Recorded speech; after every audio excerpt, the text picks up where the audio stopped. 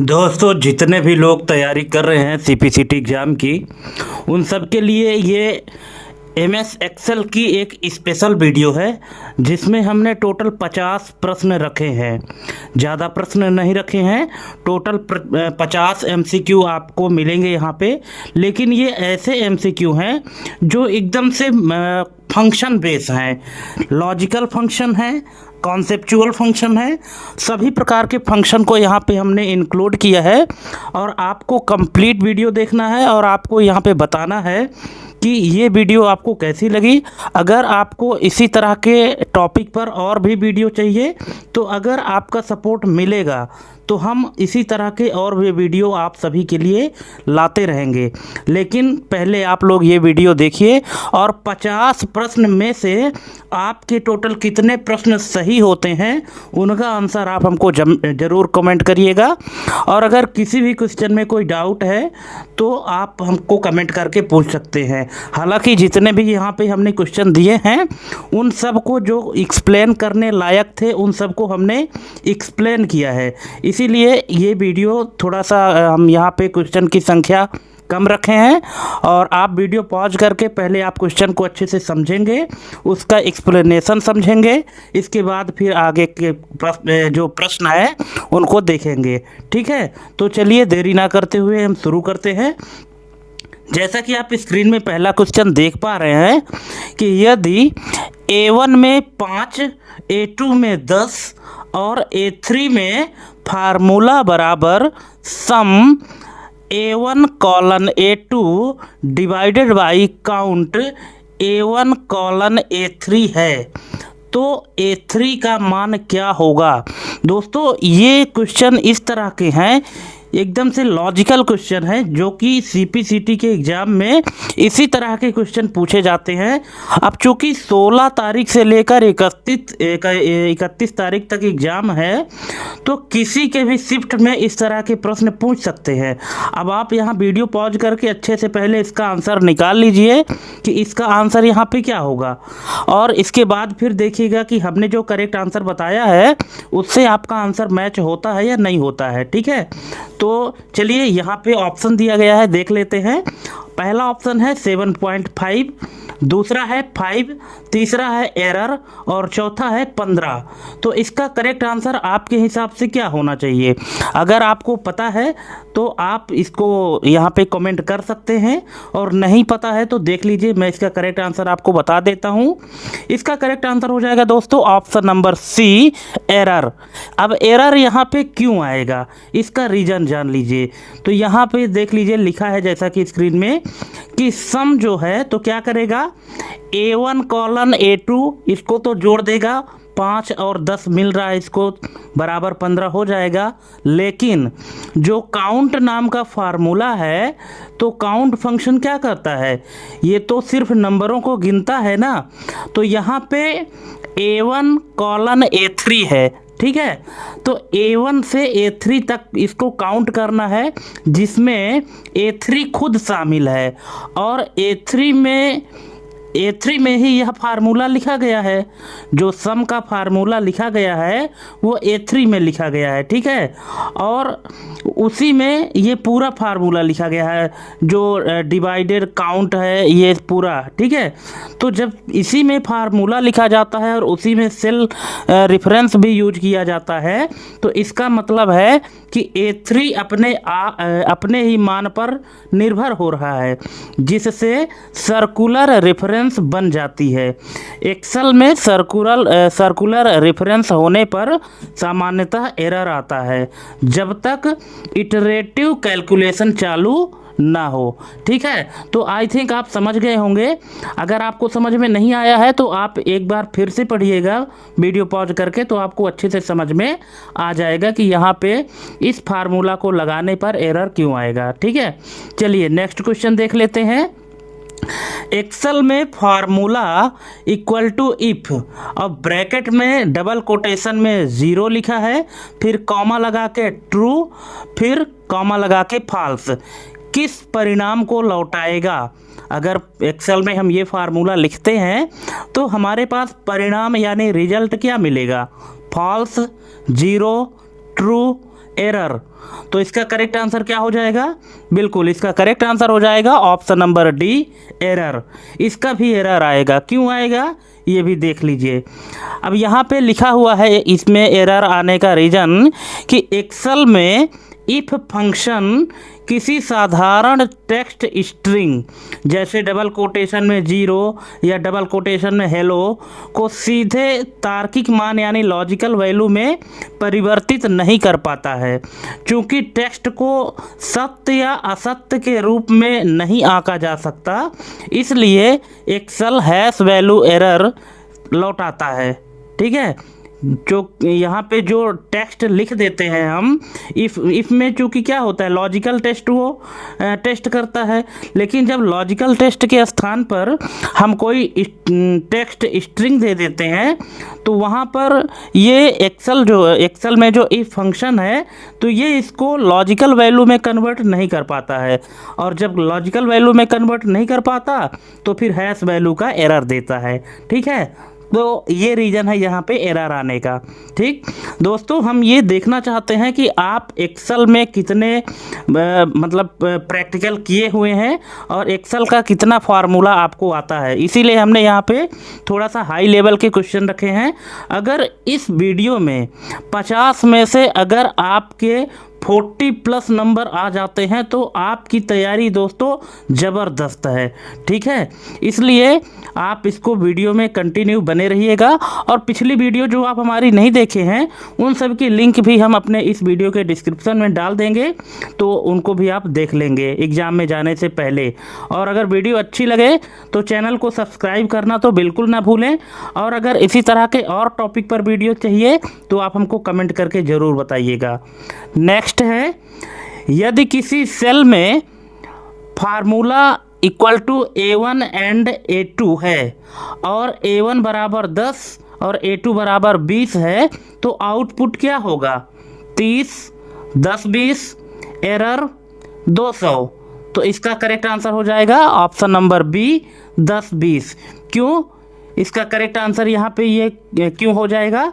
क्योंकि यहाँ पे दोस्तों जो M% का सिंबल होता है ना, तो ये सिर्फ 2 स्ट्रिंग को जोड़ देता है ना। 2 स्ट्रिंग को कैसे जोड़ता है?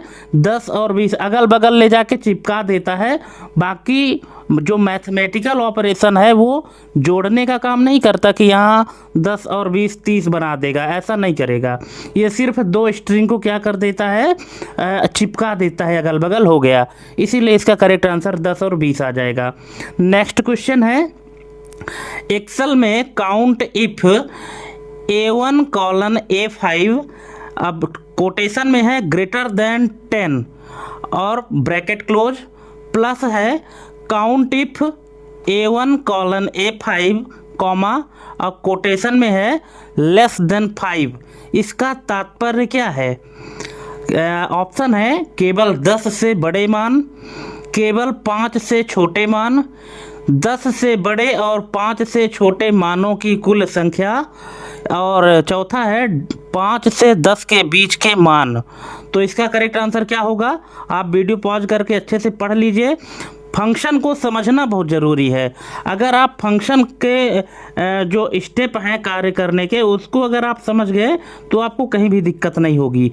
और CPCT में दिन प्रतिदिन दोस्तों जो क्वेश्चन का लेवल है तो हाई होता जा रहा है, तो इसीलिए यहाँ पे इस तरह के क्वेश्चन हम आपको दे रहे हैं। यहाँ पे इसका करेक्ट आंसर हो जाएगा ऑप्शन नंबर सी, 10 से बड़े और 5 से छोटे मानों की कुल संख्या।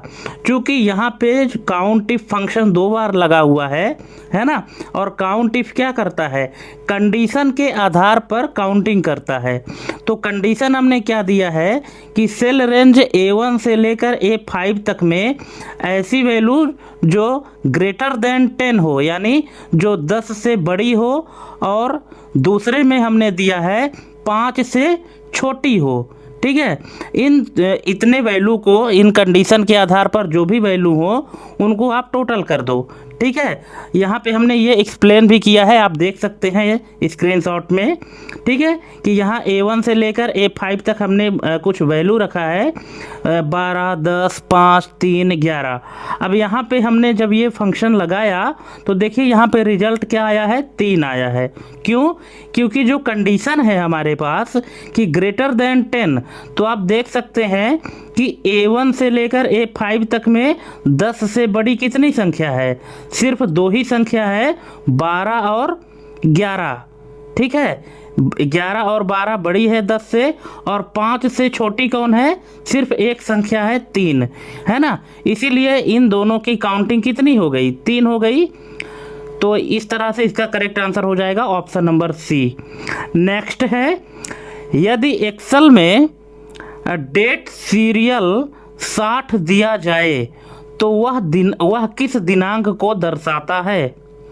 यदि एक्सेल में डेट सीरियल 60 दिया जाए तो वह किस दिनांक को दर्शाता है, 28/2/1900, 29/2/1900, 1/3/1900 या 30/1/1900। तो ये दर्शाता है दोस्तों ऑप्शन नंबर बी, 29/2/1900। कैसे, यहाँ पे इसका रीजन भी आप देख लीजिए, इसको आप अच्छे से पढ़ लीजिए क्योंकि ये आगे चल के भी आपको अभी काम देगा और क्वेश्चन में। तो यहाँ पे पहला रीजन क्या है कि एक्सेल की जो तारीख प्रणाली है, जो डेट सिस्टम है, तो एक्सेल तारीखों को क्रमिक संख्याओं के रूप में स्टोर करता है ताकि उन पर गणना की जा सके। डिफ़ॉल्ट रूप से 1 जनवरी 1900 को सीरियल नंबर 1 माना जाता है। ठीक है, और गणना कैसे होती है कि जनवरी 1900 में 31 दिन होते हैं, तो सीरियल नंबर 1 से 31 तक की तारीखें हैं, 1 से 31 तक की जनवरी की तारीखें हैं। इसके बाद फरवरी शुरू होती है, तो सीरियल नंबर 32 का अर्थ है 1 फरवरी 1900, और सीरियल नंबर 59 इसका अर्थ है 28 फरवरी 1900। अब तीसरा रीजन यहाँ पे है कि एक्सेल का लीप वर्ष का बग, जो लीप वर्ष में बग है, एक एरर है, तो तकनीकी रूप से वर्ष 1900 एक लीप वर्ष नहीं था, लेकिन एक्सेल को पुराने स्प्रेडशीट प्रोग्राम के साथ कंपैटिबल बनाने के लिए इसमें 29 फरवरी 1900 को एक वैध तिथि के रूप में शामिल किया गया है। इसलिए सीरियल नंबर 60 सीधे 29/2/1900 से संबंधित है। ठीक है, आई थिंक आपको रीजन समझ में आ गया होगा। आप वीडियो पॉज करके 1-2 बार और पढ़ लेंगे तो और अच्छे से क्लियर हो जाएगा। नेक्स्ट है, एक्सेल में इक्वल टू सम, फिर ब्रैकेट में है ट्रू, कामा फॉल्स, कामा 5 का परिणाम क्या होगा। आप बताइए, अगर आप सम फंक्शन लगाते हैं और इस तरह की वैल्यू देते हैं ट्रू, कामा फॉल्स, कामा 5, तो इसका आउटपुट क्या होगा, इसका रिजल्ट क्या होगा, 5, 6, एरर 1। वीडियो को आप यहाँ पे पॉज कर सकते हैं। हालांकि आप जिन भी क्वेश्चन में आपको टाइम लगता है तो आप वीडियो पॉज करके देख सकते हैं। तो इसका करेक्ट आंसर हो जाएगा दोस्तों ऑप्शन नंबर बी, 6। कैसे आया 6 इसका, यहाँ पे इसका रीज़न जो है मैं बता देता हूँ कि जो सम फंक्शन है, तो आपको भी पता है कि सम क्या करता है, जोड़ने का काम करता है। ठीक है, तो ट्रू का मतलब होता है एक्सेल में 1, और फॉल्स का मतलब होता है 0, और 5 तो खुद भी एक संख्या है।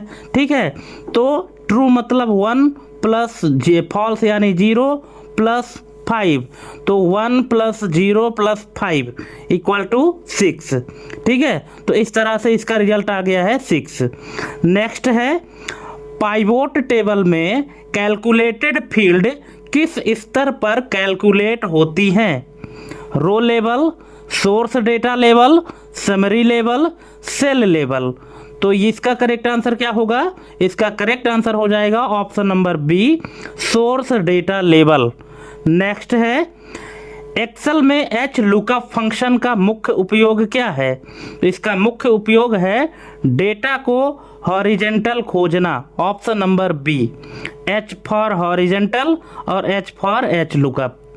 नेक्स्ट है, एक्सेल में फार्मूला इफ एरर ब्रैकेट में है A1 divided by B1, A1 divided by B1, फिर कॉमा और डबल कोट में है x, किस स्थिति में x दिखाएगा? ऑप्शन है जब A1 खाली हो, जब B1 शून्य हो, जब A1 न्यूमेरिक हो, जब B1 न्यूमेरिक हो। तो यहाँ पे इफ़ एरर नाम का फंक्शन है।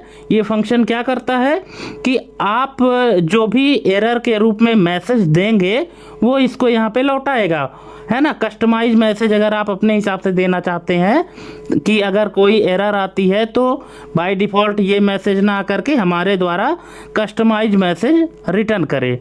तो यहाँ पे ये एक्स जो है तो ये एक एरर है, ठीक है। तो ये एक्स कब आएगा? यहाँ पे 4 ऑप्शन है, आप अच्छे से पढ़ लीजिए ऑप्शन को, इसके बाद फिर सोचिए और कमेंट करिएगा कि इसका आंसर क्या होगा। इसका आंसर मैं बता देता हूँ, इसका आंसर हो जाएगा ऑप्शन नंबर बी, जब B1 शून्य हो, ठीक है। जब B1 शून्य होगा तब क्या होगा? एरर यहाँ पे आएगा एक्स। कैसे? यहाँ पे आप देख सकते हैं, हमने यहाँ पे निकाल के दिखाया भी है, ठीक है, कि ए में जो है A1 में 5 है और B1 में 0 है।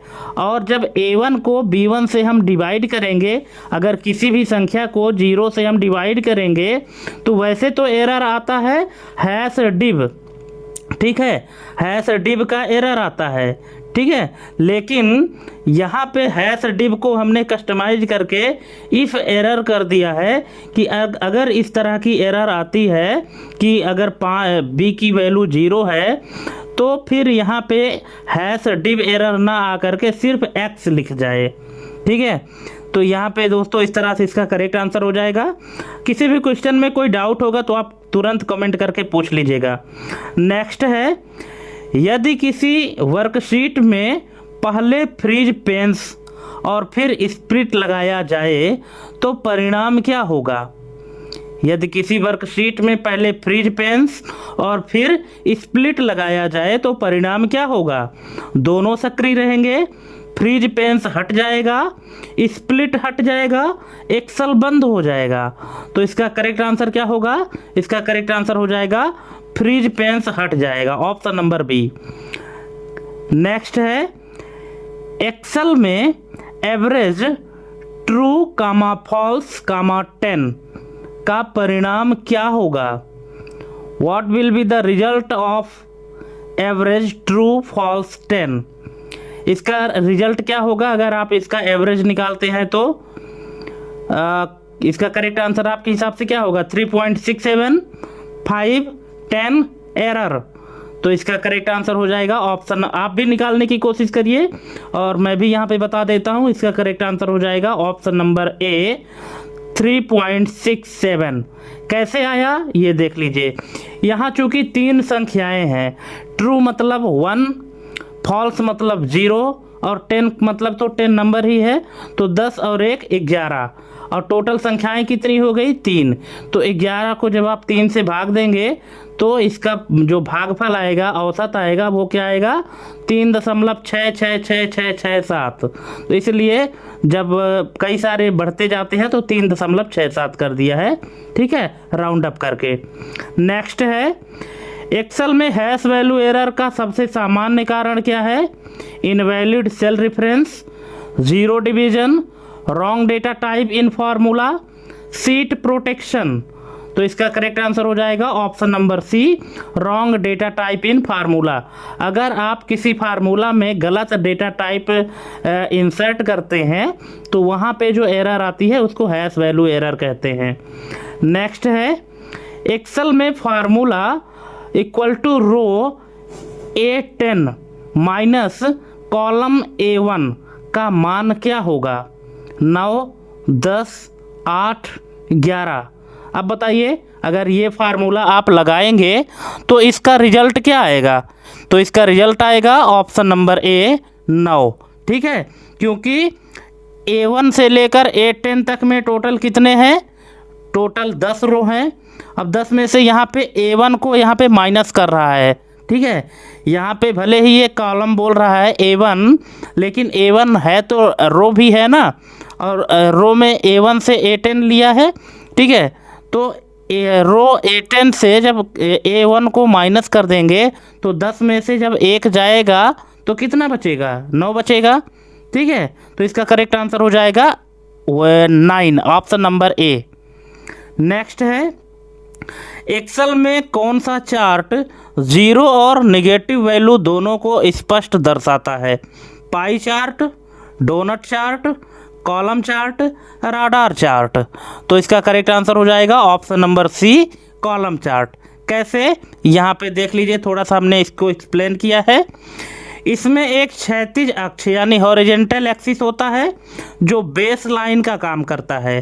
सकारात्मक मान यानी पॉजिटिव वैल्यू इस रेखा के ऊपर जाते हैं और ऋणात्मक मान यानी नेगेटिव वैल्यू इस रेखा के नीचे जाते हैं। शून्य का बेस लाइन पर ही रहता है, शून्य का जो मान है तो बेस लाइन पर ही रहता है। यह तुलना करना बहुत आसान बनाता है। नेक्स्ट है, यदि फिल्टर लगाए गए डेटा को कॉपी किया जाए तो क्या कॉपी होगा? पूरा डेटा, केवल हिडन रो, केवल विजिबल रो या केवल फार्मूला? तो बताइए कि अगर किसी डेटा में आपने फ़िल्टर लगाया है और उस डेटा को आप कॉपी कर रहे हैं तो क्या कॉपी होगा? पूरा डेटा कॉपी होगा कि केवल हिडन रो कॉपी होंगे कि केवल विजिबल रो कॉपी होंगे या केवल फार्मूला कॉपी होगा? तो इसका करेक्ट आंसर हो जाएगा ऑप्शन नंबर सी, केवल विजिबल रो कॉपी होंगे। जो रो फिल्टर लगाने के बाद दिख रहे हैं वही रो बस कॉपी होंगे, बाकी और कुछ भी कॉपी नहीं होगा। नेक्स्ट है, एक्सेल में equal to and 1 true comma double quotation में है ए का परिणाम क्या होगा? True, false, error, 1। अब बताइए इसका करेक्ट आंसर क्या होगा? इसका करेक्ट आंसर हो जाएगा ऑप्शन नंबर सी, एरर। कैसे, यहाँ पे आप देख सकते हैं। ठीक है, कि एंड फंक्शन की जो कार्य प्रणाली है वो कैसे कार्य करता है कि एंड फंक्शन तभी ट्रू लौटाता है जब उसके सभी तर्क यानी सभी आर्गुमेंट तार्किक रूप से सत्य हों। और तर्कों का विश्लेषण कैसे किया है यहाँ पे कि 1 जो है तो एक्सेल में किसी भी गैर शून्य संख्या यानी नॉन जीरो नंबर को तार्किक रूप से ट्रू माना जाता है। ठीक है, मतलब जीरो के अलावा अगर और कोई नंबर है तो उसको ट्रू मानते हैं, मतलब वो सही है। और ट्रू तो पहले से ही ट्रू लिखा हुआ है, ये पहले से ही एक तार्किक सत्य है। लेकिन जो डबल कोटेशन में ए लिखा है तो ये क्या है? यह एक टेक्स्ट स्ट्रिंग है और एंड फंक्शन उम्मीद करता है कि उसके तर्क या तो तार्किक मान हो या ऐसी संख्याएं जिन्हें तार्किक मान में बदला जा सके। चूँकि टेक्स्ट स्ट्रिंग ए को ना तो ट्रू और ना ही फॉल्स में बदला जा सकता है, इसलिए एक्सेल इसे प्रोसेस नहीं कर पाता। और इसलिए इसका परिणाम क्या होगा कि जब आप किसी टेक्स्ट को जो ट्रू या फॉल्स ना हो सीधे एंड फंक्शन के अंदर तर्क के रूप में लिखते हैं तो एक्सेल हैश वैल्यू एरर देता है। ठीक है, जैसा डेटा टाइप उसको चाहिए उस तरह से डेटा टाइप नहीं मिल पा रहा है तो यहाँ पे हैश वैल्यू का एरर आएगा। नेक्स्ट है, एक्सेल में logical comparison equal to double quote 5 equal to 5 का परिणाम क्या होगा? True, false, error, 5। तो इसका करेक्ट आंसर हो जाएगा ऑप्शन नंबर बी, फॉल्स। कैसे यहाँ पे फॉल्स होगा? इसलिए क्योंकि यहाँ पे पूछ रहा है कि क्या 5 के बराबर है, तो वैसे तो देखा जाए तो ये 5 के बराबर है, लेकिन एक्सेल में हमने आपको कई बार बताया है कि जब कोई भी नंबर डबल कोटेशन के अंदर लिख दिया जाता है तो उसको नंबर नहीं बल्कि स्ट्रिंग माना जाता है। ठीक है, तो जो स्ट्रिंग है तो स्ट्रिंग की तुलना हम नंबर से नहीं कर सकते, इसलिए यहाँ पे जो लॉजिकल कंपैरिजन है वो गलत है। ठीक है, इसलिए इसका परिणाम क्या होगा? फॉल्स होगा, यानी text string 5 not equal to 5, यहाँ पे फॉल्स आएगा। नेक्स्ट है, पाइवोट टेबल में स्लाइसर का मुख्य उद्देश्य क्या है? डेटा डिलीट करना, विजुअल फिल्टरिंग, फार्मूला इंसर्ट करना, चार्ट डिजाइन। तो इसका करेक्ट आंसर हो जाएगा option number B, visual filtering. जो स्लाइसर का मुख्य उद्देश्य है वो है विजुअल फिल्टरिंग के लिए। नेक्स्ट है एक्सेल में टेक्स्ट टुडे कॉमा DDMM बाई क्या लौटाएगा? Date value, serial number, text formatted date या एरर। अब बताइए ये क्या लौटाएगा? तो ये लौटाएगा दोस्तों option number C, text formatted date. Date तो लौटाएगा, है ना, DDMM बाई लिखा है तो डेट लौटाएगा, लेकिन वो डेट किस फॉर्मेट में होगा? टेक्स्ट के फॉर्मेट में होगा, ना कि डेट के फॉर्मेट में होगा। ठीक है, लौटाएगा तो टुडे नाम का फंक्शन है तो करंट डेट आपको दे देगा, लेकिन वो किस फॉर्मेट में होगा? टेक्स्ट के फॉर्मेट में होगा। ठीक है, नेक्स्ट है एक्सेल में control plus shift plus semicolon shortcut क्या इंसर्ट करता है? Current date, current time, formula, cell reference. तो ये लौटाता है option number B, current time. Next है एक्सेल में काउंट ब्लैंक फंक्शन किसे गिनता है? Zero value, empty cell, text cell, error cells. तो ये किसको काउंट करता है? ये करता है एम्प्टी सेल्स, जो सेल खाली हो। ठीक है, option number B. Next Excel में small A1 colon A10 count A1 colon A10 क्या देगा? अगर एक्सेल में ये फार्मूला इंसर्ट करते हैं तो इसका रिजल्ट क्या होगा? दोस्तों अगर आपको समझने में टाइम लगे तो वीडियो को आप पॉज कर सकते हैं। ठीक है, और पॉज करके पहले फार्मूला को अच्छे से पढ़ लीजिए, समझ लीजिए, इसके बाद फिर आंसर करिएगा। इसका ऑप्शन है smallest value, largest value, average value, error. तो इसका करेक्ट आंसर हो जाएगा option number B, largest value. ठीक है, अब आपको लगता होगा कि फंक्शन तो स्मॉल का लगा है, फिर ये लार्जेस्ट वैल्यू कैसे देगा, है ना? तो आपकी समस्या का समाधान हम यहाँ पे लाए हैं।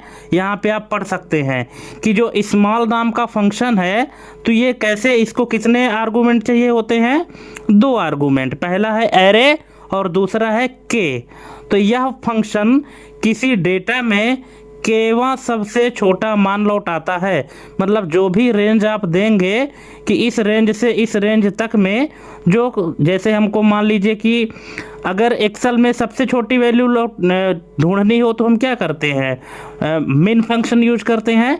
लेकिन अगर दी गई सीरीज में से दूसरी सबसे छोटी वैल्यू ढूंढनी है तो उसके लिए फिर हम स्मॉल फंक्शन यूज करते हैं।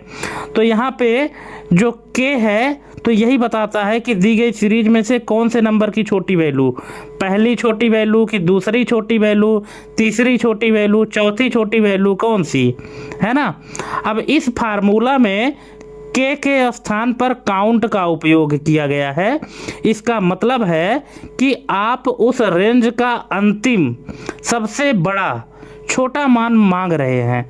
उदाहरण के लिए यदि 10 संख्याएं हैं तो 10वीं सबसे छोटी संख्या स्वाभाविक रूप से उस समूह की सबसे बड़ी संख्या होगी। ठीक है, आप इस स्टेटमेंट को नहीं समझ पाए हैं अगर, तो 2-3 बार और पढ़ लीजिएगा तो समझ में आ जाएगा। ठीक है, नेक्स्ट है एक्सेल में एब्सोल्यूट रेफरेंस का मुख्य लाभ क्या है? Faster calculation, fixed cell reference, better formatting, error prevention. तो इसका करेक्ट आंसर हो जाएगा option number B, fixed cell reference. Absolute reference का मतलब होता है दोस्तों कि जब रो और कॉलम दोनों को लॉक कर दिया जाता है डॉलर सिंबल लगा करके, तो उसी को हम एब्सोल्यूट रेफरेंस कहते हैं। और ये जब हम किसी भी सेल को लॉक कर देते हैं फिर उस फार्मूला को कहीं भी कॉपी पेस्ट करते हैं तो उसका जो रेफरेंस है वो चेंज नहीं होता। नेक्स्ट है एक्सेल में हैश रेफ एरर कब उत्पन्न होता है? Invalid function name, deleted referenced cell, wrong data type, division by 0। तो इसका करेक्ट आंसर हो जाएगा option number B, deleted cell referenced, है ना? जो सेल रेफरेंस है अगर उसको आपने डिलीट कर दिया है तो यहाँ पे हैश रेफ एरर आता है। नेक्स्ट है एक्सेल में कंट्रोल प्लस पेजअप का उपयोग किस लिए होता है? जो पेज अप बटन होती है कीबोर्ड में, तो control plus page up button अगर आप दबाएंगे तो क्या होगा? ऑप्शन है नेक्स्ट वर्कशीट में जाएंगे, प्रीवियस वर्कशीट में जाएंगे, न्यू वर्कबुक खुल जाएगा, या स्क्रॉल अप होगा। तो इसका करेक्ट आंसर हो जाएगा option number B, previous worksheet में आप पहुंच जाएंगे अगर आप control plus page up press करते हैं तो। नेक्स्ट है, यदि किसी सेल में फार्मूला लिखा है कि if count A1 colon A5 comma sum A1 colon A5 comma 0 है तो, और A1 कॉलन A5 सभी ब्लैंक हैं, तो आउटपुट क्या होगा? अब देखिए क्या है कि A1 से लेकर A5 तक के जितने भी सेल हैं वो सभी ब्लैंक हैं, और उसमें हम ये फार्मूला लगा रहे हैं काउंट करने का और सम करने का। तो इसका आउटपुट क्या आएगा? Error, blank, 0, false. तो इसका करेक्ट आंसर हो जाएगा ऑप्शन नंबर सी, 0। ठीक है, 0 क्यों आएगा? क्योंकि जाहिर सी बात है कि जब A1 से A5 तक सभी के सभी सेल ब्लैंक हैं तो फिर वो काउंट क्या करेगा और जोड़ेगा क्या? और जब सब कुछ यहाँ पे ब्लैंक है तो जो बाय डिफ़ॉल्ट हमने यहाँ पे 0 लिखा है वही यहाँ पे आउटपुट आ जाएगा, ऑप्शन नंबर सी। नेक्स्ट है, एक्सेल में एक्सप्रेशन इक्वल टू ब्रैकेट में है डबल कोट 10 फिर +5 डबल को फिर ब्रैकेट बंद है M% 2 का अंतिम परिणाम क्या होगा? 1052, एरर, 152, 17। तो इसका करेक्ट आंसर क्या हो जाएगा? इसका करेक्ट आंसर हो जाएगा ऑप्शन नंबर सी, 152।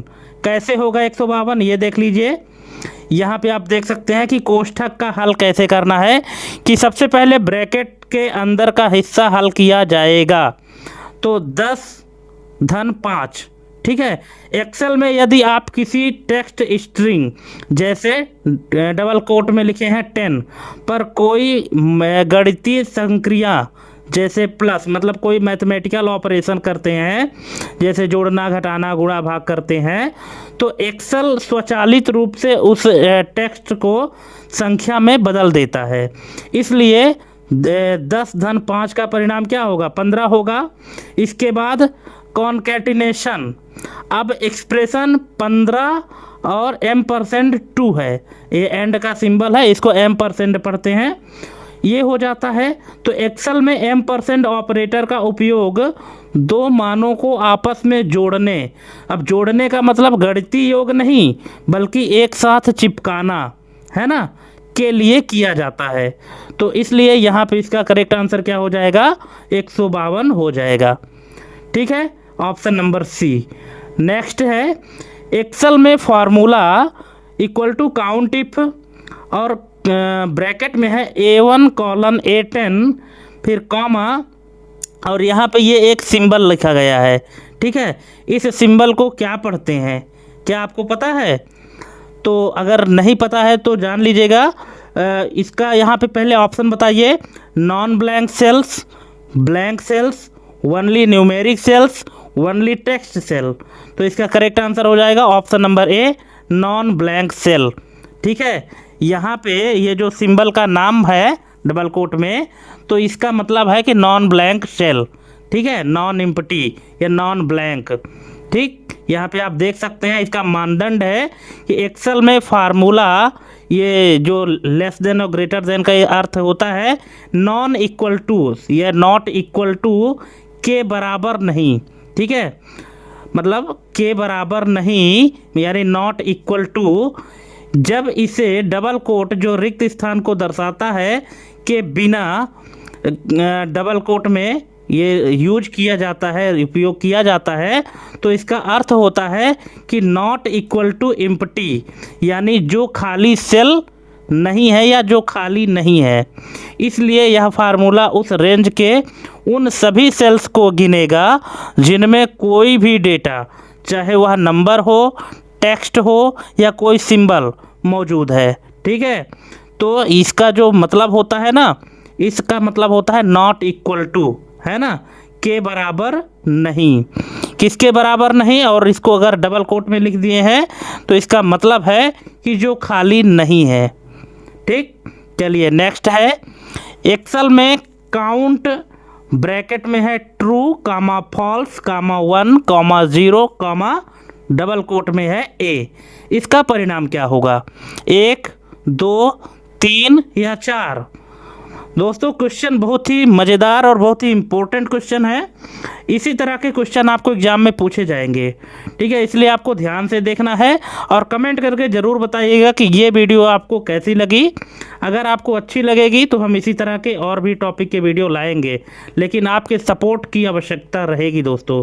अगर आप सपोर्ट नहीं करेंगे तो फिर नेक्स्ट वीडियो हम इस तरह की टॉपिक पर नहीं लाएंगे, ठीक है, इसलिए आपको यहाँ पे सपोर्ट की ज़रूरत है, सपोर्ट करनी पड़ेगी। न इसका करेक्ट आंसर हो जाएगा ऑप्शन नंबर डी 4। कैसे आया इसका, यहाँ पे आप देख सकते हैं कि जो काउंट फंक्शन का काम होता है गिनने का होता है, और क्या गिनता है, सिर्फ और सिर्फ नंबर को गिनता है।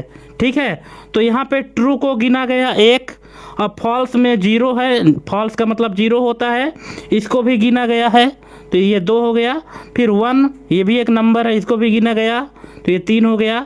0 भी एक नंबर है, तो इसको भी गिन लिया गया, तो ये 4 हो गया। लेकिन जो डबल कोट में ए लिखा गया है इसको नहीं गिना गया है। क्यों, क्योंकि ये एक टेक्स्ट स्ट्रिंग है, इसलिए इसको नहीं गिना गया है, इसलिए इसका टोटल परिणाम क्या आ गया, 4 आ गया। ठीक, नेक्स्ट है एक्सेल में formula sum product A1 colon A3 comma B1 colon B3 का वास्तविक अर्थ क्या है। तो इसका अर्थ है ऑप्शन नंबर बी, प्रत्येक करस्पॉन्डिंग वैल्यूज का गुणा करके उनका योग। ठीक, नेक्स्ट है यदि A1 बराबर 0, A2 बराबर ब्लैंक और A3 बराबर फॉल्स हो तो काउंट A1 कॉलन A3 का मान क्या होगा, 1 2 3 0। तो इसका करेक्ट आंसर हो जाएगा ऑप्शन नंबर ए 1। कैसे हो जाएगा, क्योंकि यहाँ पर जो वैल्यू लिखी गई है ना कि A1 में 0 है, अब A2 में ब्लैंक है और A3 में फॉल्स है। ठीक है, तो अब काउंट कैसे करेगा, काउंट फंक्शन जो काम करता है वो तो सिर्फ नंबर को गिनता है, इसलिए उसने नंबर बस को गिना जो कि 0 है। A1 सेल A1 में 0 है और बाकी सब में नंबर नहीं है, इसलिए इसने सिर्फ 1 गिना है। ठीक, नेक्स्ट है एक्सेल में formula if and A1 greater than 0 comma A1 less than 10 फिर ब्रैकेट क्लोज, ये 2 कंडीशन दी गई हैं कि यदि और A1 अगर 0 से बड़ी है या A1 जो है तो 0 से बड़ी हो और उसकी वैल्यू 10 से छोटी हो, मतलब A1 में जो भी संख्या लिखी हो, तो या तो ये मतलब इसमें दोनों कंडीशन फॉलो करने पड़ेंगे कि अगर A1 में जो कंडीशन है वो 0 से बड़ी हो और 10 से छोटी हो। ठीक, और जब दोनों कंडीशन ट्रू होंगी तब क्या होगा, A1 इंटू A2। ठीक है, A1 को 2 से गुणा कर दिया जाएगा, अदरवाइज A1 को 2 से भाग कर दिया जाएगा। तो किस स्थिति में डिवीजन करेगा, अब यहाँ पे आपको जवाब देना है। दोस्तों क्वेश्चन देख लीजिए, बहुत ही दमदार क्वेश्चन है। ठीक है, आप फार्मूला को अगर आप नहीं समझेंगे तो आप इसका आंसर नहीं कर पाएंगे। आप वीडियो पॉज करके पहले फार्मूला को समझिए कि कह क्या रहा है। आपको पता है कि एंड फंक्शन क्या करता है कि जब तक उसकी सभी कंडीशन ट्रू नहीं हो जाती हैं तब तक वो ट्रू रिजल्ट नहीं देता है। ठीक है, तो यहाँ पे बोल रहा है कि A1 में जो वैल्यू होगी वो 0 से बड़ी होगी और 10 से छोटी होगी। अगर ये दोनों कंडीशन सही होती हैं तो क्या करेगा, A1 में जो भी वैल्यू होगी उसको 2 से गुणा कर देगा। ठीक है, इनटू कर देगा, और यदि इनमें से कोई भी एक कंडीशन फॉल्स हुई तो A1 में जो वैल्यू रहेगी उसको 2 से भाग कर देगा। तो अब बताइए कि किस स्थिति में डिवीजन करेगा, मतलब भाग कब करेगा। अब ऑप्शन है कि जब a1 बराबर 5 हो, जब a1 बराबर 8 हो, जब a1 बराबर 0 हो, जब a1 बराबर 7 हो। अब बताइए इसका करेक्ट आंसर। इसका करेक्ट आंसर हो जाएगा ऑप्शन नंबर सी, जब a1 बराबर 0 हो। ठीक है, जब a1 बराबर 0 होगा तभी तो उसकी कंडीशन फॉल्स होगी, क्योंकि आपको भी पता है कि अगर कंडीशन ट्रू होती है तो पहला क्या होता है, ट्रू का रिजल्ट आएगा, इसके बाद फिर फॉल्स का आएगा। ठीक है, तो जो a1 इंटू a2 है, a1 इंटू 2 है, तो ये कंडीशन कब होगी, जब a1 में जो वैल्यू होगी वो 0 से बड़ी और 10 से छोटी होगी, तब गुणा करेगा। लेकिन अगर भाग करना है तो इनमें से अगर कोई भी कंडीशन फॉल्स हो जाती है ना, तभी ये इसको क्या करेगा, भाग करेगा। तो फॉल्स कब होगी, जब a1 बराबर 0 होगा। ठीक है, क्योंकि यहाँ पे पहले से लिखा गया है कि अगर 0 से बड़ी और 10 से छोटी होती है तब इसको क्या करेगा, गुणा करेगा। ठीक, और अगर ये कंडीशन फॉल्स होती है तो भाग करेगा। और यहाँ पे विकल्प के अकॉर्डिंग जो आंसर है वो a1 इक्वल टू 0 होने पर ही करेगा भाग। ठीक है, नेक्स्ट है एक्सेल में डेट सीरियल 1 और डेट और सीरियल 61। एक्सेल में जो डेट सीरियल है, आपको भी पता है जो डेट होते हैं 1 जनवरी 1900 से लेकर के अभी तक के जितने भी डेट इधर आएंगे, इनका सबका नंबरिंग होता है। ठीक है, तो जो सीरियल नंबर 1 है और सीरियल 61 मतलब 61, इसके बीच का वास्तविक अंतर किस कारण हुआ है। अभी हमने पहले ही क्वेश्चन में बताया था ना, यहाँ ऑप्शन है leap year bug, time zone, system format, user setting. तो ये हुआ है दोस्तों लीप ईयर बग के कारण, ऑप्शन नंबर ए। नेक्स्ट है यदि पाइवोट टेबल में सोर्स डेटा का कॉलम रीनेम किया जाए तो पाइवोट टेबल में क्या होगा, पाइवोट टेबल स्वतः अपडेट हो जाएगी, एरर दिखेगा, फील्ड मिसिंग दिखेगा, या कोई प्रभाव नहीं पड़ेगा। तो इसका करेक्ट आंसर हो जाएगा ऑप्शन नंबर बी, एरर दिखेगा। क्यों, यहाँ पे आप रीजन पढ़ सकते हैं कि पाइवोट टेबल में जो कार्य करने का सिद्धांत है कि एक पाइवोट टेबल अपने स्रोत डेटा के कॉलम हेडर्स के साथ गहराई से जुड़ी होती है। यह इन हेडर्स का उपयोग फील्ड्स के रूप में करती है। अब नाम बदलने का प्रभाव क्या होगा कि जब आप सोर्स डेटा से किसी हेडर का नाम बदलते हैं तो पाइवोट टेबल और डेटा के बीच का लिंक टूट जाता है। अब पाइवोट टेबल अभी भी पुराने नाम को खोजने की कोशिश करती है जो अब वहां मौजूद नहीं है। तो रिफ्रेश करने पर परिणाम क्या होगा, जैसे ही आप डेटा अपडेट करने के लिए रिफ्रेश बटन पर क्लिक करते हैं तो एक्सेल एक त्रुटि संदेश यानी एरर मैसेज दिखाता है, जैसे the pivot table field name is not valid या we could not find the field named, इस तरह की एरर दिखाता है। ठीक है, और वह विशेष फील्ड जो आपने रीनेम की है वह पाइवोट टेबल की रिपोर्ट से गायब हो जाएगी। ठीक है, इसलिए इसका करेक्ट आंसर हो जाएगा option number B, error. Next है एक्सेल में फार्मूला बराबर डैश डैश डबल कोट में है 15, इसका परिणाम क्या होगा। ऑप्शन है डबल कोट 15, दूसरा ऑप्शन है एरर, तीसरा है 15 और चौथा ऑप्शन है 0। तो इसका करेक्ट आंसर क्या होगा, इसका करेक्ट आंसर हो जाएगा ऑप्शन नंबर सी, 15। कैसे होगा, यहाँ पे आप देख सकते हैं कि टेक्स्ट से संख्या में परिवर्तन कैसे होता है कि एक्सेल में जब आप किसी ऐसे टेक्स्ट स्ट्रिंग जैसे डबल कोट में 15 पर कोई गणितीय संक्रिया यानी मैथमेटिकल ऑपरेशन करते हैं जिसमें केवल अंक हो तो एक्सेल स्वचालित रूप से माने ऑटोमेटिक तरीके से उस टेक्स्ट को एक नंबर में बदल देता है। और डबल यूनरी ऑपरेटर जो होता है, मतलब जो दो ऋण का चिन्ह आपने लगाया है तो इसको यूनरी ऑपरेटर कहते हैं। तो जब 2 बार लगा देते हैं इसको डबल यूनरी ऑपरेटर कहते हैं। तो यहाँ 2 ऋण चिन्हों का उपयोग किया गया है तो पहला ऋण चिन्ह क्या करेगा कि टेक्स्ट 15 को ऋण 15 में बदल देता है, जो पहला जो ऋण का चिन्ह लगा हुआ है, ठीक है।